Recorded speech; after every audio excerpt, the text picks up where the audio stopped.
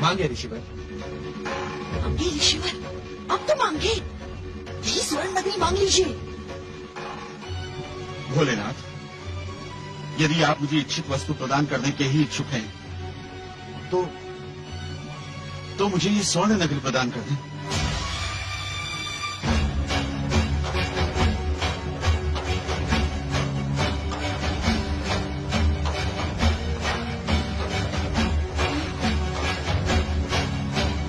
तथास्तु।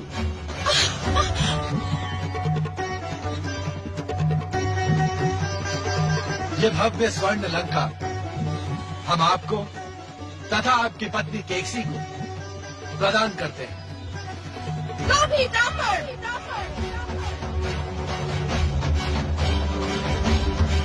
लोभी ब्राह्मण, तूने मेरी कल्पना, मेरे प्रेम, मेरे सपनों के साकार स्वरूप को अपनी पत्नी के कहने पर मुझसे छीनने का दुस्साहस किया है। जा, मैं तुझे श्राप देती हूँ। तू और तेरे पुत्र इस स्वर्ण नगरी का सुख भोग नहीं कर पाएंगे। सर्वनाश की काली छाया तुम पर सदा मंडराती रहेगी। तुम्हारे सामने ही तुम्हारे संपूर्ण वंश का विनाश इसी लंका नगरी में होगा।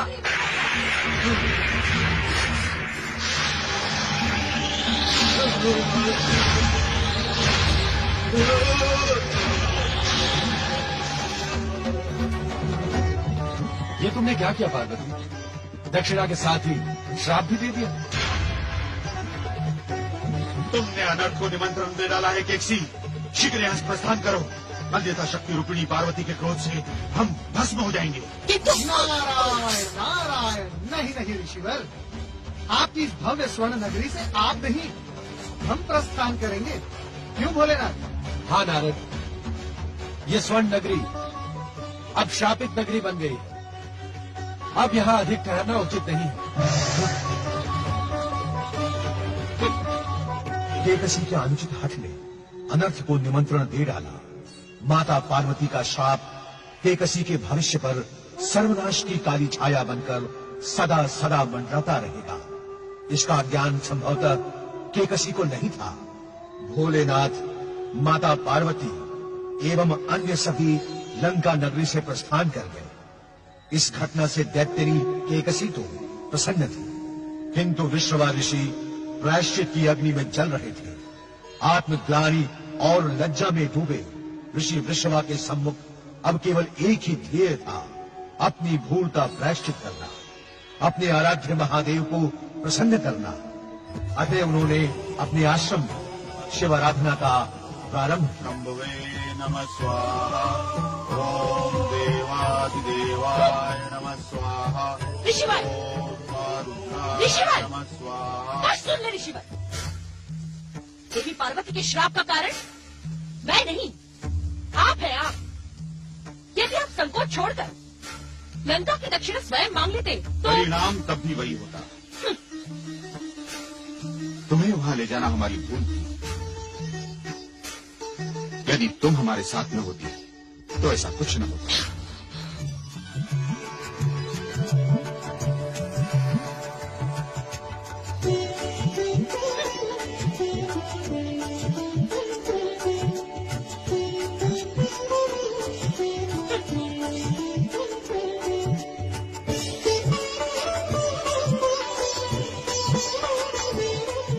पुत्र कुबेर का पिता के चरणों में प्रणाम। प्रणाम माता। आयुष्मान भव, कीर्तिमान भव पुत्र कुबेर। पिताश्री, मेरी तपस्या सफल हुई, जिसके वरदान स्वरूप मुझे ये पुष्पक विमान प्राप्त हुआ।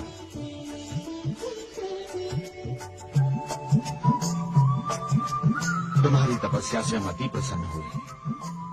सदा सुखी रहो पुत्र। पिताश्री, ऋषियों की भविष्यवाणी के अनुसार मैं दक्षिण दिशा के एक समृद्ध द्वीप पर अपना राज्य स्थापित करूंगा। कहीं वो समृद्ध द्वीप स्वर्ण नगरी लंका तो नहीं है पुत्र? स्वर्ण नगरी लंका हमें दक्षिणा में प्राप्त हुई है। हमारे ज्येष्ठ पुत्र होने के कारण अब उस पर तुम्हारा अधिकार है।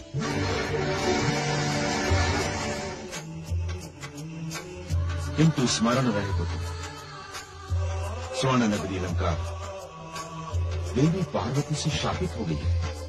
आपके आशीर्वाद और शिव भक्ति से श्राप का प्रभाव नष्ट हो जाएगा पिताश्री। ऋषियों की भविष्यवाणी असत्य नहीं हो सकती। ऐसा ही हो पुत्र। जाओ, स्वर्ण नगरी लंका में अपना राज्य स्थापित करो।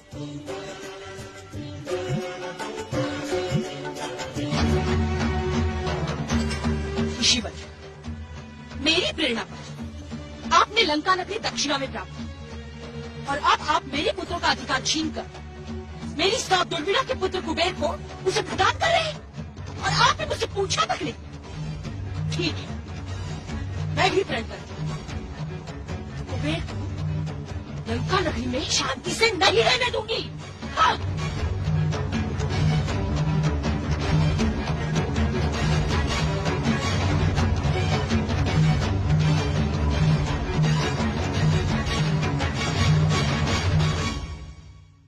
स्वामी, आपने कहा था कि सतयुग के पश्चात त्रेता युग का प्रारंभ होगा। इस रहस्य को स्पष्ट करें। देवी पार्वती, इस जगत का मूलतम रहस्य भी तुम्हारे लिए साधारण ही है, तब भी तुम विस्मित होकर ऐसे प्रश्न क्यों पूछती हो? तुम्हारी दिव्यता तो कल्पों का रहस्य सरलता से ज्ञात कर सकती है। असमय इस हास्य का कारण? ये कारण विहीन हास्य है स्वामी। शक्ति स्वरूपा देवी पार्वती का कोई कार्य कारण विहीन नहीं हो सकता। इस हास्य का उद्देश्य ये है स्वामी कि मैं अपनी दिव्यता से सब कुछ ज्ञात कर सकने में समर्थ हूँ। आपके आशीर्वाद से इस संसार का असाधारण रहस्य भी मेरे लिए साधारण ही है। किंतु क्या देवी पार्वती?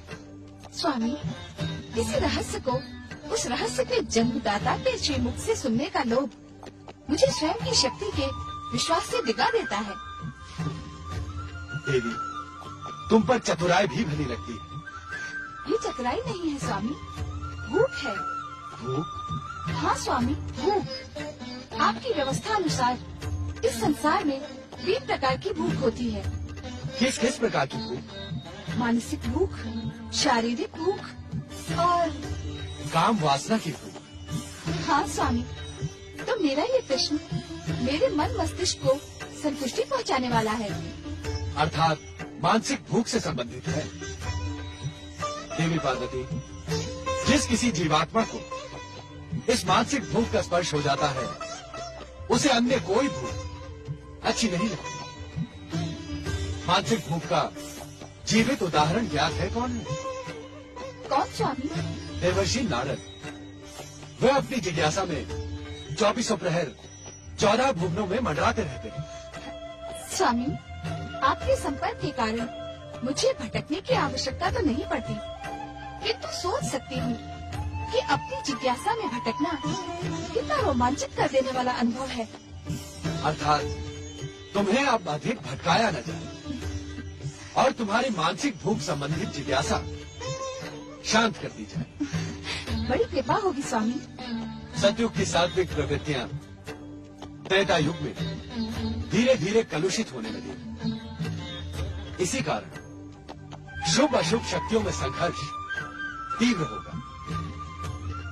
इससे अधिक ज्ञात करने के लिए तुम्हें धैर्य धारण करना होगा देवी। इस समय तो कैलाश में हमारी प्रतीक्षा हो रही है।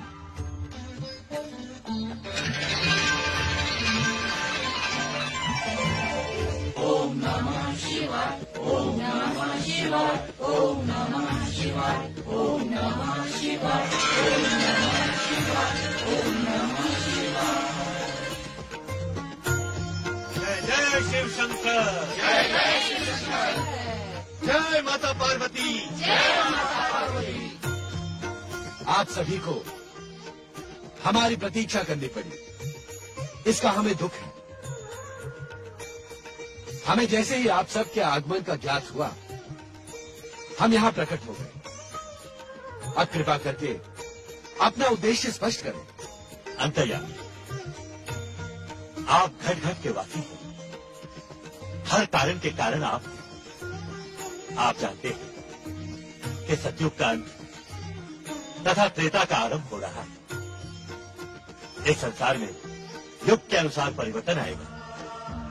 अब समय की तुला पर पुण्य की अधिकता के साथ साथ पाप भी दिखाई देगा।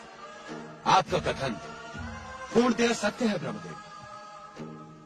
त्रेता युग में हम त्रिदेवों का कर्तव्य क्या होगा, ये आपको ही निश्चित करना है देवाधिदेव। श्री हरि विष्णु, त्रेता युग में आपका कर्तव्य पूर्व निर्धारित है। आप अपने अंशों से 2 अवतार प्रकट कर पृथ्वीवासियों को अनीति, अनाचार तथा अत्याचार से मुक्त करेंगे। ब्रह्मदेव, इस युग के लिए हमारी आपसे अपेक्षा है कि आप उन्हीं तपस्वियों को वरदान देंगे जिनकी निष्ठा संदिग्ध न हो, जो सदाचारी हो और जन कल्याण के लिए तपस्या कर रहा हो। और ये सब तभी संभव होगा जब आप स्वयं वरदान देने से पूर्व वरदानी की कठोर परीक्षा लेकर निश्चिंत हो जाए। आपकी आज्ञा का अक्षरशः पालन होगा भोलेनाथ। देवियों, आने वाले युग को भयमुक्त तथा धर्मानुकूल बनाने के लिए आपको भी सुपात्र देखकर ही कृपा प्रदान करनी है। क्षमा देवाधिदेव, सुपात्रों का चयन किस आधार पर किया जाना उचित होगा? देवी लक्ष्मी, ब्रह्मदेव को जो कारण तपस्वियों को वरदान देने के लिए निश्चित किया गया है, वही कारण सुपात्रों के चयन में भी कार्य करेगा। कारण कि इस युग में अपनी बुद्धि तथा समृद्धि का दुरुपयोग करने वाले मनुष्य अधिक उत्पन्न होंगे। जो आज्ञा भोलेनाथ। स्वामी, इस वार्तालाप को सुनकर मेरी मानसिक जिज्ञासा और तीव्र हो गई है। हम जानते हैं देवी, तुम ये जानने की इच्छुक हो कि श्री हरि विष्णु का अगला अवतार कैसा होगा, कहाँ होगा। हाँ स्वामी। देवी, इस त्रेता युग में श्री हरि विष्णु जो सर्वप्रथम अवतार ग्रहण करेंगे, वो एक तेजस्वी ब्राह्मण का होगा। उसके हृदय में अटूट आत्मविश्वास तथा अगाध शिव भक्ति होगी। अर्थात श्री हरि विष्णु मानवीय अवतार ग्रहण करेंगे। हाँ देवी। किंतु स्वामी, क्या यह इतना आवश्यक है? देवी, मनुष्य का जन्म प्रेम तथा निर्माण के लिए हुआ है, किंतु वो अपने समीप के वातावरण को देखकर उद्वेलित होकर वो सभी कुछ करता है जिससे उसकी मनुष्यता को ठेस पहुंचे। अर्थात इस त्रेता युग में अहंकार, दुष्टता, लोभ तथा मोह जैसी व्याधियां उच्च कुल में जन्मे लोगों को अपने ओर आकर्षित करने में सफल होंगी, जिसका सीधा प्रभाव साधारण जनमानस पर पड़ेगा।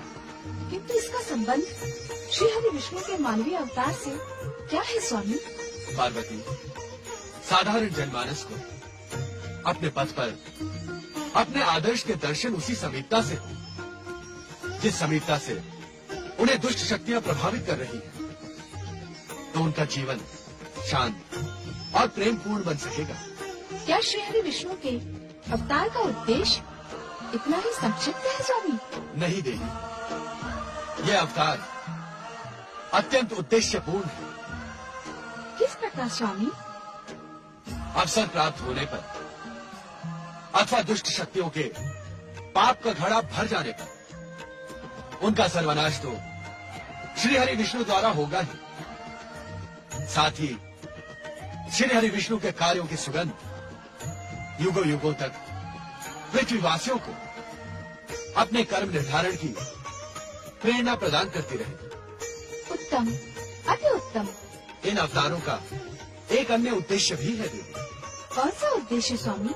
साधारण मानवीय अवतार लेकर जगत पालक श्री हरि विष्णु मानव मात्र को ये पाठ पढ़ाने में सफल होंगे कि हर मनुष्य की आत्मा में परमात्मा का वास होता है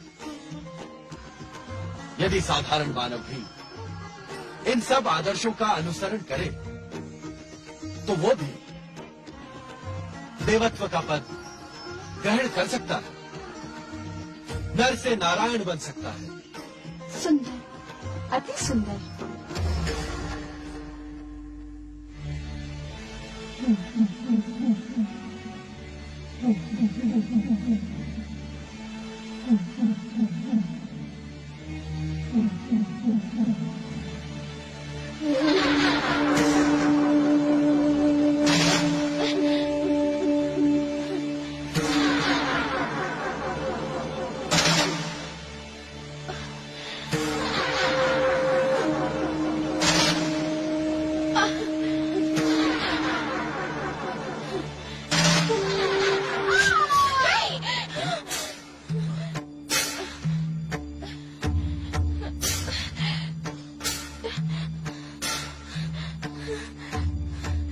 आप इस तरह भयभीत क्यों हैं देवी Renuka?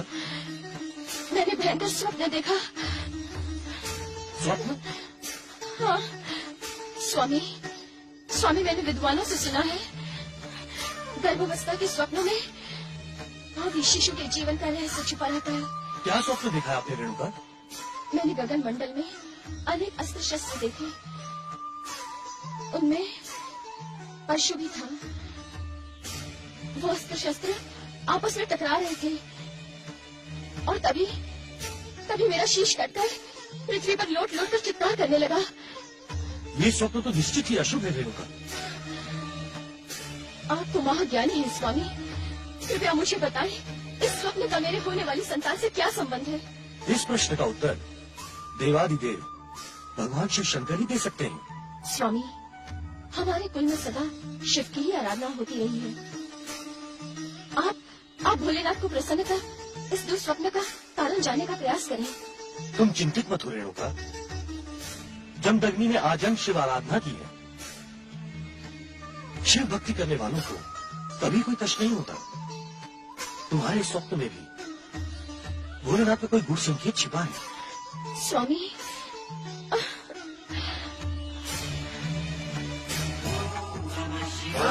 Shiva, Om Namah Shivaya, Om Namah Shivaya, Om Namah Shivaya.